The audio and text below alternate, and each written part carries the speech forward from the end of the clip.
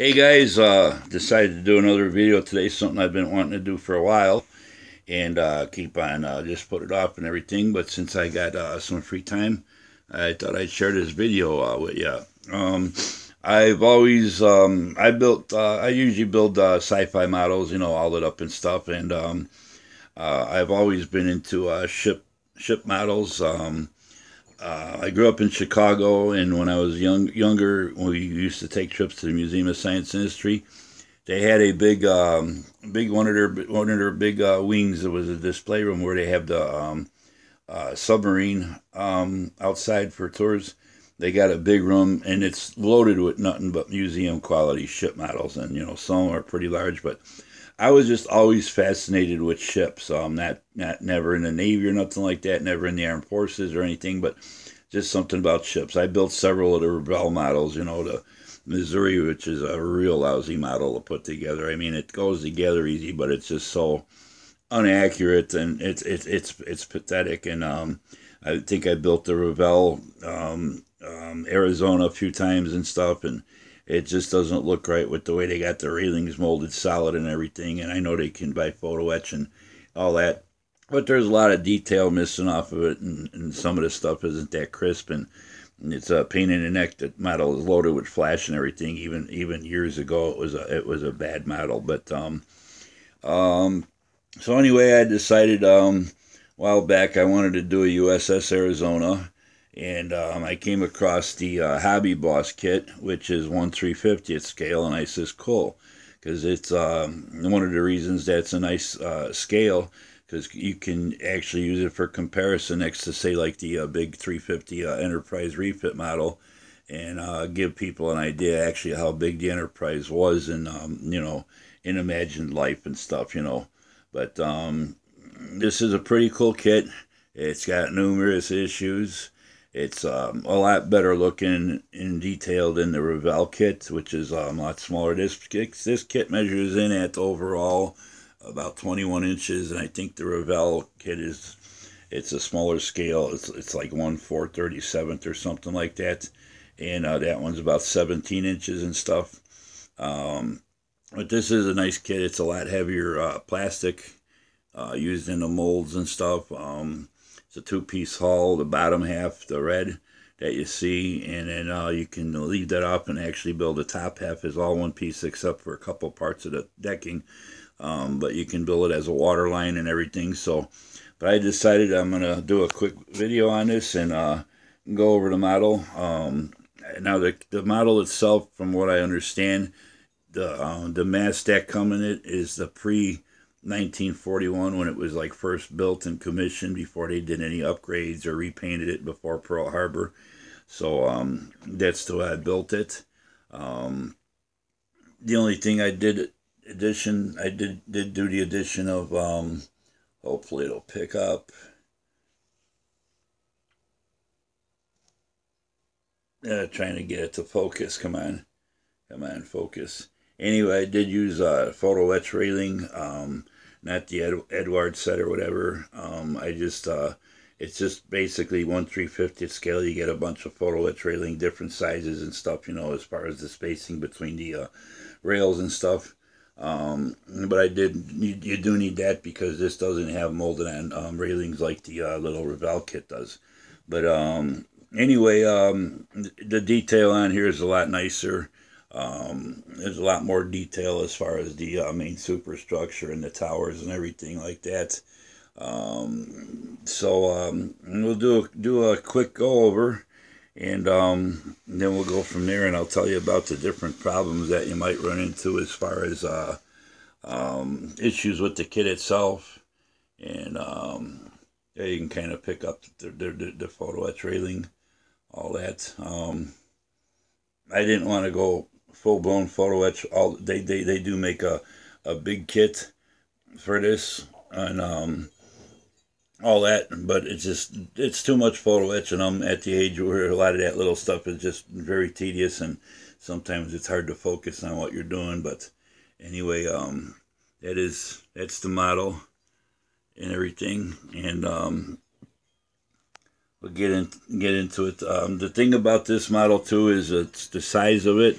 It doesn't take up a whole lot of space as far as display room.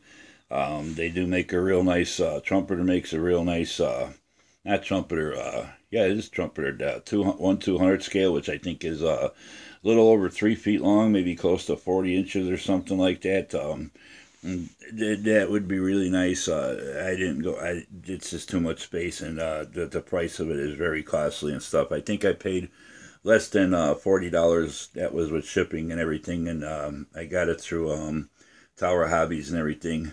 So I did not use a wooden deck. I just used the supplied kit parts, the styrene decking. I mixed my own paint for the light tan decking and stuff. It's kind of a static model when the ship was first built and everything before it saw action. So it's not really, there's no weathering done to it or nothing like that. As far as the paint, before they repainted it, before Pearl Harbor, they painted it was like a dark navy blue. In my case, I did the paint before it was repainted. They says it was according to the Navy charts and everything, the paint codes I looked up, it was kind of like a dark charcoal. What I used was a Model Master. It was a German gray. It was a real dark, like a charcoal gray, and all that. And it was a pretty close match to some of the builds that I saw on YouTube. There's a real nice build from Free Time Hobbies of this, with pretty much close to the same color, and it just, to me, it looked real sharp that way. I didn't care for the dark navy blue and stuff and all that. And like I said, the kit was molded with the masts and everything that came in the kit. It was molded before they updated the masts and changed things around and stuff, as far as some of the arms that come out the side of the towers. So I went the route with the dark paint, and I'm really happy. I think it turned out really good. So anyway, let's go from there. I did paint the tops of the guns. They're red. That's supposed to be pretty accurate, other than the one with the plane on the plane on the catapult on the one turret. That turret doesn't get the red top on it. The planes are a lot more detailed. The cranes at midship are a lot more detailed in the Rebelle kit. They actually got like the truss work and stuff on them. I did do a lot of photo etch as far as on the towers and stuff, and it's hard to pick up with this camera, but it's all there and stuff. There's a lot of photo etch on the main superstructure and all that.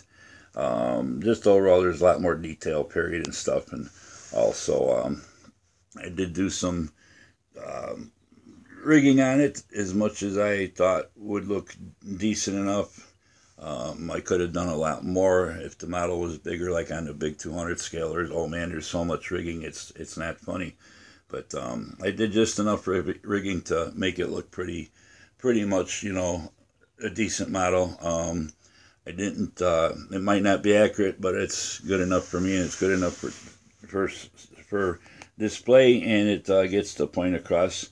It's my own base. I didn't use a kit supply base. It's kind of real tall, goofy looking base and stuff, and if it was a lower base or something, I might have used it, but I just made my own base and stuff, basically.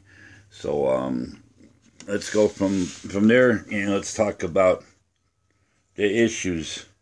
First issue I encountered was when I went to do the turrets and put them through the holes, and underneath you got a little piece that glues up to it to keep them from falling out.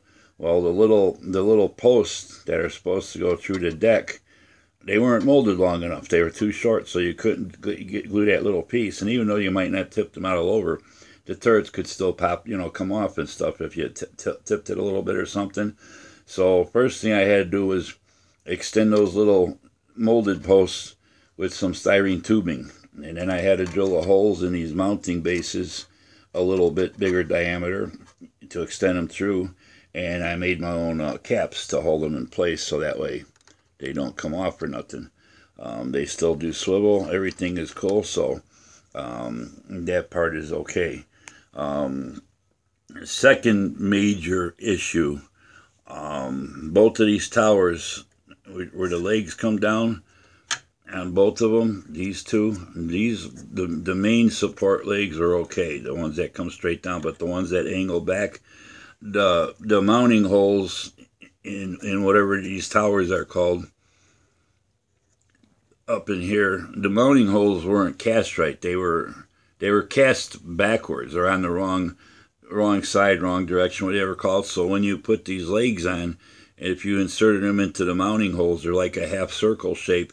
The legs were actually backwards, where the little supports underneath this platform were sticking out instead of sticking toward the middle to support everything. So you have to drill those out, get those corrected, and all that. And in the meantime, you had to drill out the holes in there too, because those were cast in a certain shape. They weren't just a round hole; they were like a half circle shape for the little mounting pin to locate in, which was the same shape. Well, everything was backwards on that, so there's a lot of issues with that.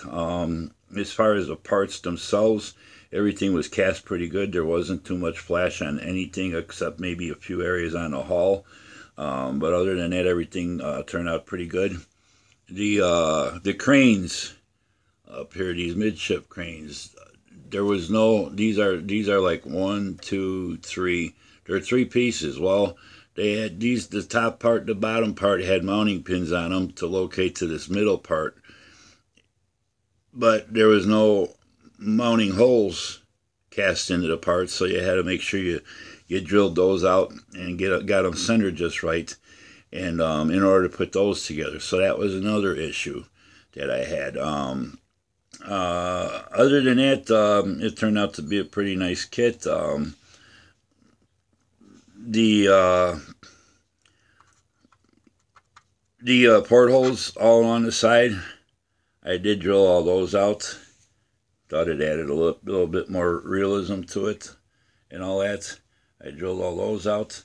Last major issue I encountered was the screws, the screw brackets, the brackets for the screws to fit through with the props on them. None of those, they had like indentations in the hull where those mounted, and none of them were right. I don't think any of these brackets supports were right lengths and stuff. So there was a lot of playing around with those to get them fairly reasonably straight, both up and down and also sideways. If you would have used the mounting indentations that were molded into the hull, they were crooked as hell, going off every which angle but straight. So there was a lot of work with that. I basically ended up filling everything with putty and sanded all smooth, and then just glued them on in the locations where they looked pretty much like they should be. So that was the last issue. But other than that, it wasn't too bad of a kit. I think the size of it is real nice. It's a lot better than that older Val kit. And in person, it does look quite big and all that. And I'll tell you what I can do is I'll take a bottle of say Tester's paint. I'll set it off next to the model. You can kind of see how big it is and all that. So but it's a pretty nice kit. It's got, like I said, it's got a lot more detail, and you can get the big I think they call it the Big E photo etch set for this particular one, the 1/350th, and it's got photo etch for the turrets. It's got the photo etch for all the stairs and everything. It's got photo etch for your boats. There's a whole bunch, and I see some other people working on this model and stuff, and some are going. You can get the wooden deck for it and everything, which is like paper thin. But then you're talking about all the raised detail on the deck has to be cut off, and then it's all replaced with photo etch. And like I said, I don't mind doing a little bit of photo etch railings to make it look more realistic. But it's just I'm getting to the point where I'm a little too old to be straining my eyes on little photo etch. But there you can start picking up a lot of my photo etch railings that I added. Camera's focusing in a bit here and there. You got to turn the camera a certain angle, but there's the photo etch there. I did the photo etch rail between those little deck guns up on the second deck and everything. See if we can't pick up a little bit better on it. There we go. And you can see all the photo etch railing up on the superstructure. I did it on the, I did them on the towers, the photo etch as much as I could. You know, I might have skipped some areas, but overall, it conveys the idea that, you know, adds more realism and detail to the model than everything. And on this kit, it doesn't have molded in railings, so you basically, if you don't do photo etch railings, at least on the outer, around the edge of the hull, all the way around, it doesn't look right. It's just missing something and all that. So the only thing I need to do, this turret back here, the guns want to keep dropping down on me, so I'll probably end up just gluing them in a straight position, all that. But overall, I'm pretty happy with the kit. These side cranes have a lot more detail. They even got the little hooks on them and everything and all that. And I'm doing this with my phone again, so sorry about the quality, but I just wanted to do a quick video on a ship model I built, something I haven't built for years. And I think I finished this up about 6 months ago, and this past weekend I did the rigging on it. It's been waiting for that, and I just kept putting it off and putting it off. And what I used for the rigging, I picked up a spool of thread at Hobby Lobby for like $3.50. It's a button thread. It's a type of elastic. It's got some stretch to it, but not a real lot. I've never worked with that Easy Line. I did look it up to see about purchasing some online, and it's expensive as hell. I think like $12 for a roll of Easy, and there's not a whole lot of it there. And just for one ship model to do rigging on, I wasn't going to spend that much money, so I found this at Hobby Lobby. It's an elastic type thread. It's called button thread, so it does have some stretch to it. And you know, it bounces back. It doesn't have the like regular thread. It's kind of like frayed where you see all the fuzz.